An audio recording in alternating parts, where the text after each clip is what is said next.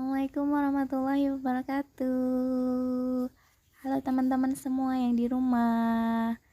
Gimana kabarnya? Semoga semua baik-baik saja ya di rumah, sehat selalu.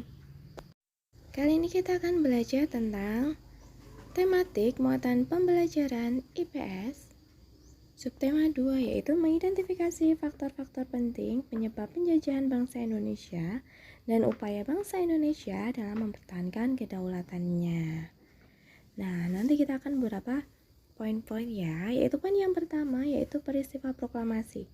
Proklamasi adalah peristiwa penting bangsa Indonesia karena sebagai tonggak sejarah Indonesia. Nah, pembentukan BPUPKI. Ya, ini ada kesalahan ya. BPUPKI adalah kepanjangan Badan Penyelidik Persiapan Kemerdekaan Indonesia, kurang Indonesia, yaitu Dekorisi Jumbi Kosakai. Pada tanggal 1 Maret 1945, Letnan Jenderal Kumaichi Harada yaitu membentuk BPKI. Diketuai oleh Rajiman Widyodiningrat, sidang BPUPKI pada tanggal 28 Mei sampai 1 Juni 1945. Hasil sidang BPUPKI yaitu menghasilkan dasar negara, yaitu Pancasila. Nah, BPUPKI itu dibubarkan pada tanggal 7 Agustus 1945. Nah, ini adalah poin-poin penting peristiwa proklamasi. Ingat ya, BPUPKI apa? Dekorisi Jumbi Kosakai. Kepanjangan dari Badan Penyelidik Persiapan Kemerdekaan Indonesia. Itu ada kurang Indonesianya ya, teman-teman. Nanti tambahkan sendiri. Oke, selanjutnya yaitu adanya peristiwa Rengas Dengklok. Nah, mulanya yaitu pengeboman kota Hiroshima pada tanggal 6 Agustus dan kota Nagasaki pada tanggal 9 Agustus 1945. Nah, pada saat itu Jepang mengalami kekalahan dan adanya kekosongan pemerintahan di Indonesia. Nah, pada saat itu golongan muda mendesak melaksanakan proklamasi. Tapi golongan tua menolak dengan alasan apa? Proklamasi harus dipersiapkan dengan matang. Golongan muda tidak sabar dan menculiar Soekarno dan Muhammad Hatta ke Rengas Dengklok. Tujuannya untuk supaya Soekarno dan Muhammad Hatta tidak terpengaruh terhadap orang-orang yang membahas tentang proklamasi, terutama dari golongan tua, untuk menunda atau untuk lebih mempersiapkan lagi kemerdekaan, karena golongan muda ingin memanfaatkan situasi untuk memerdekakan Indonesia dengan segera. Poin yang selanjutnya yaitu pembentukan PPKI. Apa itu kepanjangan dari PPKI? Panitia Persiapan Kemerdekaan Indonesia, yaitu Dekorisi Jumbi Inai. Jadi teman-teman harus bisa bedakan PPKI dan BPUPKI ya. Nah, PPKI diketuai oleh Soekarno. Sidang pertama yaitu dilaksanakan di Gedung Kesenian Jakarta. Sidang pertama yaitu pada tanggal 8 Agustus 1945 menghasilkan yaitu menetapkan dan mengesahkan Undang-Undang Dasar 1945, memilih dan menetapkan presiden dan wakil presiden, membentuk Komite Nasional sebagai pembantu presiden. Presidennya siapa yo? Soekarno. Wakilnya? Iya, Muhammad Hatta.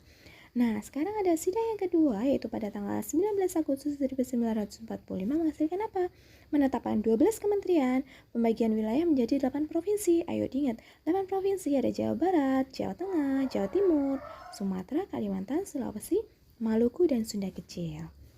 Nah, untuk sidang yang ketiga yaitu pada tanggal 22 Agustus 1945 yaitu menetapkan pembentukan Komite Nasional PNI Partai Nasional Indonesia. Yang ketiga yaitu pembentukan BKR, oke ya, BKR, Badan Keamanan Rakyat.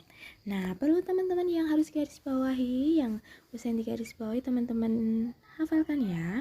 Pada tanggal 8 Agustus itu Undang-Undang Dasar ditetapkan dan disahkan, penetapan presiden dan wakil presiden, penetapan Komite Nasional pada tanggal 19 apa ayo? 12 kementerian dan 8 wilayah provinsi. Nah, 8 wilayah provinsi ini juga harus diingat ya, karena sering keluar, yaitu Jawa Barat, Jawa Tengah, Jawa Timur, Sunda Kecil, Maluku, Sulawesi, Sumatera, Kalimantan. Nah, itu ya yang harus teman-teman hafalkan.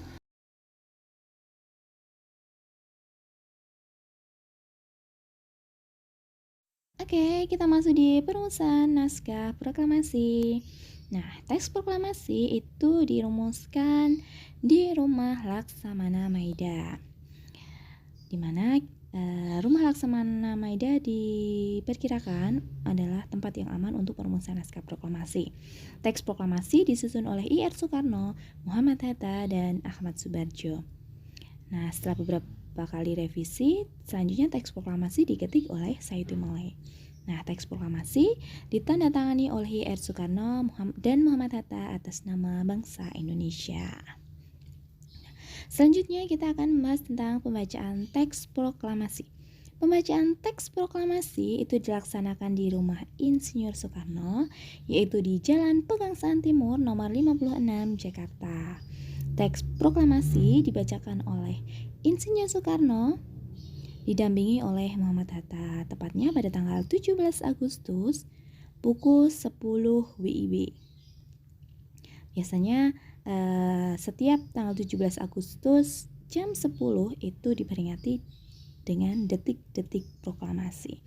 Nah, saat pembacaan teks proklamasi dikibarkan juga bendera Sang Merah Putih oleh Suhud dan Latif Indraningrat. Nah, bendera Sang Merah Putih itu dijahit oleh beliau Ibu Fatmawati, yaitu istri dari Insinyur Soekarno. Nah, dengan dikibarnya bendera merah putih dan diiringi lagu Indonesia Raya yang diciptakan oleh W.R. Supratman. Setelah pembacaan teks proklamasi, berita kemerdekaan disebarluaskan melalui kantor berita Jepang yaitu Domai dan surat kabar. Perjuangan bangsa Indonesia tidak sampai di kemerdekaan saja. Perjuangan mempertahankan kemerdekaan Indonesia masih berlanjut ya teman-teman. Bentuk perjuangan mempertahankan kemerdekaan ada dua, yaitu perjuangan secara fisik, yaitu perjuangan dengan cara pertempuran melawan musuh. Setelah kemerdekaan masih ada ya pertempuran karena mempertahankan kemerdekaan yang kita raih, yaitu contohnya ada pertempuran Surabaya, yaitu pada tanggal 10 November 1945, pertempuran Ambarawa itu pada tanggal 12 Desember, terus adanya pertempuran Bandung Lautan Api 23 Maret 1946, ada pertempuran Puputan Margarana pada tanggal 12 Desember 1945. Nah, yang kedua yaitu perjuangan secara diplomasi. Perjuangan dengan menggalang dukungan dari negara-negara lain dengan perundingan-perundingan. Nah, di sini ada contoh perjuangan secara diplomasi yaitu Perjanjian Linggarjati, agresi militer Belanda 1, Perjanjian Renville, agresi militer 2, Perjanjian Romroya. Ya, dari beberapa penjelasan yang saya sampaikan tadi, kita bisa menyimpulkan ya teman-teman bahwasanya perjuangan bangsa Indonesia untuk meraih sebuah kemerdekaan itu sangat sulit. Untuk mempertahankannya juga tidak kalah sulitnya dari meraih sebuah kemerdekaan. Untuk itu, marilah teman-teman kita semua, kita isi kemerdekaan ini dengan sebaik-baiknya, belajar yang rajin, supaya Indonesia tetap menjadi Indonesia yang lebih baik lagi untuk kedepannya. Ya, demikian yang bisa Usaini sampaikan. Apabila banyak salah, Usaini mohon maaf. Wabillahi taufiq wal hidayah. Akhirul kalam. Wassalamualaikum warahmatullahi wabarakatuh.